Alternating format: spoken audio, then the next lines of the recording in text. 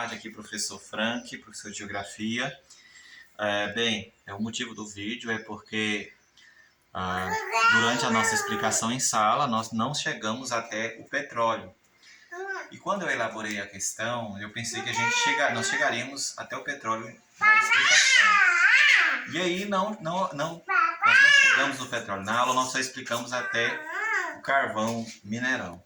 Mas é muito simples, então o que vocês precisam para o simulado está lá na página 273, né? Acho que eu deixei lá no grupo para vocês, que uma questãozinha que você... Não, desculpa, 257, né? 257 é uma página onde vai falar justamente sobre uma questão que vai estar no simulado.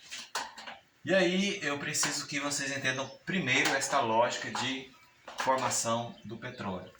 Bem, assim como o carvão mineral, né, que aí vocês viram que o carvão mineral ele se dá através de um processo de formação em decomposição de matéria orgânica, né? Então, vocês viram que os vegetais que entram em decomposição em uma área pantanosa, né? Vocês viram sobre o carvão, né?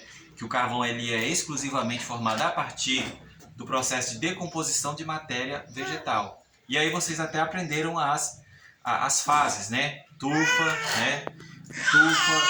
lignito, hulha e antracito, né? Vocês viram as fases de formação do carvão mineral. Só que quando vamos falar de petróleo, ele também tem uma importância muito grande, porque o petróleo é a principal fonte de energia do mundo. Então, se nós pegarmos a matriz energética do mundo, o petróleo ele tem a maior porcentagem de utilização como principal fonte de energia do mundo, né? Então, ultrapassa 31% a utilização do petróleo quanto matriz energética do mundo. Então, o petróleo e o gás natural são combustíveis fósseis. Só que diferente do carvão, onde a formação se dá a partir da decomposição apenas de matéria vegetal, o carvão ele se dá em relação tanto com presença de matéria vegetal quanto de presença de matéria animal, ou seja, os fósseis. Por isso que falamos que o gás e o carvão são originários da decomposição de matéria fóssil, ou seja, matéria animal. Então, no passado geológico, nós tivemos a importância dos plânctons, né, que foram grandes responsáveis pela formação do petróleo, e outros animais, outros fósseis que estavam sobre áreas de bacia de sedimentação, em áreas pantanosas, e acabaram entrando em decomposição, foram soterrados, ocorreu o processo de decomposição, né? Decomposição, sedimentação, até formar o petróleo. Professor, onde que se produz petróleo em maior quantidade no globo, né? Então, 65% de toda a produção de petróleo no mundo está nessa região do Oriente Médio. Vocês já devem ter ouvido falar sobre uma região de grande instabilidade geopolítica no mundo, né? Agora, professor, e quando se fala em Brasil, né?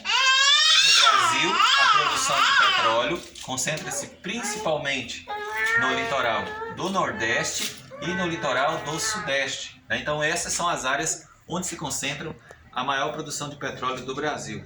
Professor, e onde é que mais se produz petróleo no Brasil, né? A chamada Bacia de Campos. A Bacia de Campos ela está localizada entre os estados de Rio de Janeiro e Espírito Santo, localizados no mar do Rio de Janeiro e do Espírito Santo. Então essa é a maior bacia petrolífera do Brasil. Uma coisa interessante que vocês precisam gravar é que no ano de 2006 ocorreu a descoberta do chamado pré-sal, ou seja, no litoral do Brasil, o pré-sal tornou o Brasil um país autossuficiente na produção de petróleo, ou seja, tudo que precisa para o seu consumo tem na região do pré-sal. Então, no ano de 2006, ocorreu a descoberta dessa grande camada de petróleo que está abaixo de uma camada de sal localizada no litoral do Brasil, principalmente no estado do Rio de Janeiro, né? Então, esse pré-sal fez com que o Brasil se tornasse um dos grandes produtores de petróleo, né? Inclusive o Brasil chegou a declarar que ele é autossuficiente na produção de petróleo. Mas o Brasil ainda necessita de exportar uma pequena quantidade de petróleo chamado petróleo fino, né?